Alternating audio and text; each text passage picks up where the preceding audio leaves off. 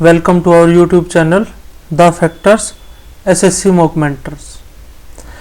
आज हम इस वीडियो में सबसे इम्पोर्टेंट टॉपिक, सबसे इम्पोर्टेंट सब्जेक्ट, सबसे इम्पोर्टेंट बात जो हमें ड्यूरिंग प्रिपरेशन ध्यान रखनी चाहिए, एक एस्पिरेंट को सबसे ज़्यादा फोकस करनी चाहिए, उसके बारे में डिटेल में बात करेंगे। ये सब्जेक्ट, ये टॉपिक, ये बात हर एस्पिरेंट इग्नोर करता है और जब उसको 2, 3, 4 साल प्रिपरेशन करते हुए बीत जाते हैं तब उसके समझ आती है कि उसने सबसे इम्पोर्टेंट सब्जेक्ट को, हाँ मैं सब्जेक्ट क्यों कह रहा हूँ वो भी आपको इस वीडियो को देखते देखते लास्ट तक क्लियर हो जाएगा। सबसे इम्पोर्टेंट सब्जेक्ट को हम प्रिपरेशन करते वक्त मिस कर देते हैं। क्या आप सोच पा रहे हो कि वो सबसे इम्पोर्टेंट सब्जेक्ट कौन सा है? क्या वो इंग्लिश है, या वो जनरल अवेयरनेस है, या वो मैथ्स है सो कॉल्ड, जिसका सब लोगों को एक अफवाह है कि मैथ्स सबसे इम्पोर्टेंट है, सबसे मुश्किल है, मैथ्स बहुत फास्ट होना चाहिए, या रीजनिंग सब्जेक्ट है? क्या लगता है आपको इन चारों सब्जेक्ट्स में से सबसे इम्पोर्टेंट सब्जेक्ट हमारी प्रिपरेशन के लिए, हमारे सिलेक्शन के लिए या डिजायर्ड पोस्ट के लिए इन चारों सब्जेक्ट में से कौन सा मोस्ट इम्पोर्टेंट सब्जेक्ट है? जी हाँ, मोस्ट इम्पोर्टेंट सब्जेक्ट कौन सा है इन सब में से? और मैं आप लोगों को कहूँ कि इन सब में से मोस्ट इम्पोर्टेंट सब्जेक्ट कोई भी नहीं है, वो एक 5th सब्जेक्ट ही है। और ये 5th सब्जेक्ट हम सब लोग इग्नोर करते हैं, खासकर एक फ्रेशर बच्चा जो नई नई तैयारी शुरू करता है, वो मैथ्स के सिलेबस को ही करता रह जाता है, इंग्लिश के सिलेबस को ही करता रह जाता है, जनरल अवेयरनेस को ही पढ़ते रह जाता है। उसमें उसका 1 साल, 1.5 साल, 2 साल निकल जाता है, बट उसका कभी सिलेबस कंप्लीट नहीं होता, कभी कुछ नहीं होता, और सिलेबस कंप्लीट भी हो जाता है तो वो स्कोर नहीं कर पाता। तो इस चीज़ का सबसे मेन रीज़न क्या है कि चारों सब्जेक्ट अच्छे से पढ़ने के बावजूद, अच्छे से सिलेबस करने के बावजूद, PYQ क्वेश्चंस अटेम्प्ट करने के बावजूद हम सिलेक्शन नहीं ले पाते। क्या इसका मतलब ये तो नहीं है कहीं कि हम किसी एक मेन टॉपिक या सब्जेक्ट को हमारी प्रिपरेशन के ड्यूरिंग या तो कम टाइम दे रहे हैं या उसे इग्नोर कर रहे हैं? मे बी कोई उसको फॉलो भी कर रहा हो, और जो फॉलो कर रहा होगा वो फर्स्ट टाइम में बहुत इजीली सिलेक्शन भी ले जाता है। तो क्या है वो 5th सब्जेक्ट? क्या आप सब लोग कोई सोच पा रहे हैं 5th सब्जेक्ट क्या है? वो 5th सब्जेक्ट है मॉक्स। जी हाँ, मैं मॉक्स को सब्जेक्ट बोल रहा हूं। सब्जेक्ट क्यों बोल रहा हूं? इसके पीछे एक बड़ा रीजन है। हम मैथ्स को सब्जेक्ट बोलते हैं, इंग्लिश को सब्जेक्ट बोलते हैं, रीजनिंग को सब्जेक्ट बोलते हैं, GS को सब्जेक्ट बोलते हैं। तो इनको हम सब्जेक्ट बोलते हैं तो सबको डेली टाइम देते हैं या डेली रूटीन में इनके लिए कुछ ना कुछ टाइम डेडिकेट करते हैं। इन चारों सब्जेक्ट्स की हम कोचिंग भी लेते हैं, अलग अलग कोर्सेज भी लेते हैं, अलग अलग रिसोर्सेज से समझते सीखते भी हैं, और एक हमारे फिक्स शेड्यूल में डेली रूटीन में रहता है, सबके फोकस में रहता है। बट मॉक को हम ना ही तो डेली टाइम देते हैं, ना ही इसका कोई कोर्स परचेज करते हैं इसको सीखने के लिए, ना ही इसको उतना डेडिकेट होके जितना कि हम मैथ्स, इंग्लिश या रीजनिंग या GS सब्जेक्ट को पढ़ते हैं उतना फोकस होके इस पे ध्यान देते हैं। और डे 1 से पढ़ने की बात तो छोड़ ही दीजिए। डे 1 से तो कोई बच्चा मॉक्स की तरफ ध्यान ही नहीं देता है, हमेशा इग्नोर करके चलते हैं मॉक्स को, जबकि मॉक्स वो चीज है जो डे 1 से प्रिपेयर की जानी चाहिए। अगर मैं आपसे मॉक्स के इम्पोर्टेंस की बात करूं तो अगर हम एक पूरी प्रिपरेशन जर्नी को 100 यूनिट्स मान लें तो उसमें 1/4 मतलब 25 यूनिट्स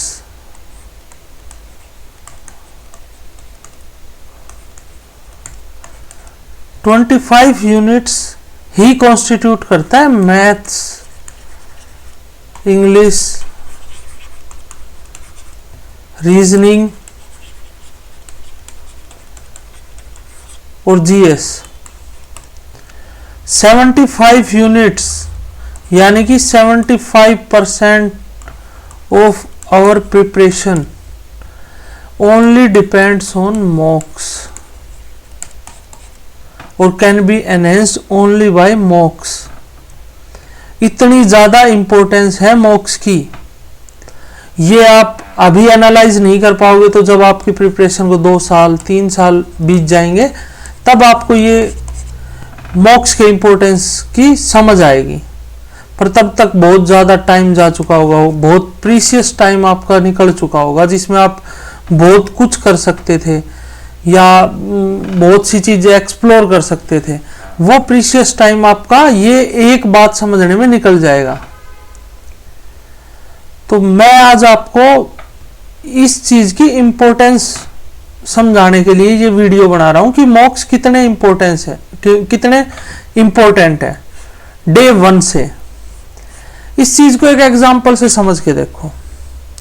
क्रिकेट तो मोस्ट ऑफ द बच्चे खेलते होंगे, हमारा देश सबसे ज्यादा क्रिकेट पे फोकस करता है गेम में। क्रिकेट का ही एग्जांपल लेते हैं हम। आपके पास ग्लव्स हैं, पैड है, बैट है, बॉल है, सब चीजों की आपने तैयारी कर रखी है, पूरी किट बैग खरीद रखी है, महंगी महंगी इंग्लिश विल्लो बैट्स खरीद रखे हैं, अच्छी से अच्छी क्वालिटी की बॉल ले रखी है, अच्छे से अच्छे क्वालिटी के ग्लव्स ले रखे हैं, अच्छे से अच्छे क्वालिटी के पैड्स ले रखे हैं। पर क्या ये सब चीजें इतनी अच्छी क्वालिटी की लेके भी आप क्रिकेट खेलना सीख जाओगे? क्या सिर्फ इन चीजों को खरीद लेने से क्रिकेटर बन जाओगे आप, या आपको क्रिकेट खेलना आ जाएगा? अगर ऐसा होता तो हर बच्चा जो इन चीजों को अफोर्ड कर सकता है वो क्रिकेटर बना घूमता आज के दिन। बट ऐसा नहीं है ना। क्रिकेट खेलना कौन सीख पाता है? जो इन सब चीजों को यूज करते हुए ग्राउंड में उतरता है और क्रिकेट खेलने की प्रैक्टिस करता है डे 1 से, वही बच्चा अच्छे से क्रिकेट खेल पाता है। तो एसएससी की जर्नी में या हमारे गवर्नमेंट एग्जाम की प्रिपरेशन की जर्नी में मैथ्स, इंग्लिश, रीजनिंग, जीएस ये सब उन बैट, बॉल, ग्लव्स, पैड्स की तरह हैं जो क्रिकेट खेलने के लिए जरूरी होते हैं। बट अकेले सिर्फ इन सब्जेक्ट्स का कोर्स कर लेने से या इन सब्जेक्ट्स के क्वेश्चन कर लेने से आप सिलेक्शन नहीं ले सकते। आपको एग्जाम देना आना चाहिए। इन सब्जेक्ट्स को सीख लेने के बाद भी आपकी एग्जाम देने की प्रिपरेशन होनी चाहिए। जब तक आप एग्जाम देने की प्रिपरेशन नहीं करेंगे तब तक आप एग्जाम में फेल होते रहेंगे। और उस एग्जाम देने की प्रिपरेशन हम कैसे कर सकते हैं? उसके लिए रोल आता है मॉक्स का। उसके लिए हमें जरूरत पड़ती है डिफरेंट मॉक्स को प्रैक्टिस करने की। हर लेवल के, हार्ड से लेके इजी से लेके मॉडरेट लेवल से लेके प्रीवियस ईयर, सब मॉक्स की प्रैक्टिस करनी पड़ती है हमें। अगर हम ऐसा कर पाते हैं तभी हम सीख पाएंगे या कर पाएंगे क्या? एक एग्जाम को अच्छे से अटेम्प्ट करना या अटेम्प्ट लगाना, मॉक लगाना। इस 75% जो हमारी प्रिपरेशन का हिस्सा है इसको प्रिपेयर करना, जो सबसे इंपॉर्टेंट है हमारे सिलेक्शन के लिए। इसलिए मैं बार बार बोल रहा हूं, जो एस्पिरेंट, सब एस्पिरेंट्स गलती करते हैं वो गलती ना की जाए, क्योंकि ये गलती हमें 2 से 3 साल का फाइन लगाती है। हमारी जिंदगी के प्रीशियस 2 से 3 साल इस गलती को समझने में निकल जाते हैं। तो हमें डे 1 से इन सब चीजों की प्रैक्टिस करनी है, मॉक्स पे फोकस करना है और अपने जो तैयारी है उसको परफेक्ट करना है। मॉक्स सबसे इंपॉर्टेंट सब्जेक्ट है, इसको मैं सब्जेक्ट ही बोलूंगा, जैसे मैंने आपको पीछे इसकी इंपॉर्टेंस समझाई। सबसे ज्यादा कम मेंटोर्ड है ये। सबसे कम मेंटोर्ड का मतलब क्या है कि इसकी मेंटरशिप सबसे कम दी जाती है। आपको ढेरों लाखों हजारों टीचर मिल जाएंगे जो आपको मैथ्स पढ़ा रहे होंगे, जीएस पढ़ा रहे होंगे, रीजनिंग पढ़ा रहे होंगे, बट आपके 1-to-1 डाउट्स, 1-to-1 जो आपके मॉक्स लगाने में दिक्कत आती है, पेपर को अटेम्प्ट करने में दिक्कत आती है, उसको अच्छे से क्वालिटी से समझाने वाले और सिखाने वाले आपको बहुत कम मिलेंगे। बहुत चुनिंदा ऐसे लोग होंगे जो आपको मॉक्स अटेम्प्ट करना सिखाते हो। सबसे कम फोकस किया जाता है टीचर्स के द्वारा भी और एस्पिरेंट्स के द्वारा भी। मॉक्स पे सबसे कम फोकस दिया जाता है। एस्पिरेंट सोचता है कि पहले सिलेबस कर लूं, उसके बाद मॉक लगाऊंगा, और वो सिलेबस कंप्लीट करने में ही एग्जाम आ जाता है और फिर फेलियर आता है। फिर एस्पिरेंट सोचता है कि शायद मेरी सिलेबस करने में ही कमी रह गई, फिर दोबारा से सिलेबस करने लग जाता है और फिर वही विशियस साइकिल चलती रहती है, चलती रहती है, चलती रहती है। टीचर सोचते हैं अटेम्प्ट करना तो एस्पिरेंट अपने आप सीख लेगा, हमें तो जल्दी से अपना कोर्स कंप्लीट करवाना है, अपना कोर्स करना है। तो मॉक्स पे या अटेम्प्ट करने पे या क्वेश्चंस को प्रैक्टिस करने पे टीचर्स भी इतना फोकस नहीं करते, जबकि ये सबसे इंपॉर्टेंट चीज है। सबसे इंपॉर्टेंट के साथ साथ ये सबसे कॉम्प्लिकेटेड चीज भी है। कॉम्प्लिकेटेड क्यों बोल रहा हूं? इसमें मिस्टेक्स ढूंढना, अपनी खुद की मिस्टेक्स ढूंढना, उन्हें इंप्रूव करना सबसे मुश्किल होता है। एक बंदा जो कंप्लीट सिलेबस करके आया है वो बार बार मॉक्स लगाता रहता है, सेम मार्क्स के एक लाइन पे अटकता रहता है, उसके मार्क्स वही 120, 30, 140 की रेंज में घूमते रहते हैं और उसे समझ भी नहीं आता कि कमी कहाँ रह गई, ना उसे कोई समझाने वाला होता। क्यों? क्योंकि वो एनालाइज नहीं कर पाते मॉक्स को, अच्छे से मॉक्स को समझ नहीं पाते। आप उनकी मिस्टेक्स कहाँ हैं, उन्हें इम्प्रूवमेंट की ज़रूरत कहाँ है, इन सब चीज़ों को वो समझने में असमर्थ रहते हैं। तो इसलिए सबसे कॉम्प्लिकेटेड टॉपिक भी बन जाता है। और हाईएस्ट वेटेज, ये तो जैसे मैंने आपको बताया ही था, हमारी प्रिपरेशन का 75% मॉक्स हैं, ये आप लिख लो। और ये आपको ड्यूरिंग प्रिपरेशन भी फील हो जाएगा, ड्यूरिंग एग्जाम भी फील हो जाएगा। और अगर आप ये बात अभी नहीं मानोगे तो आने वाले 2-3 साल में भी फील हो जाएगा। तो मैं तो आपको यही सजेशन देना चाहूंगा कि डे 1 से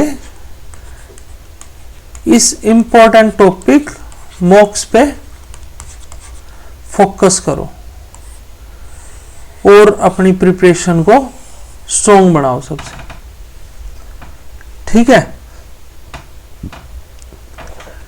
इसी चीज को एस्पिरेंट्स के लिए इजी बनाने इस चैनल के थ्रू हम आपको बेस्ट मॉक अटेम्प्टिंग स्ट्रेटजी,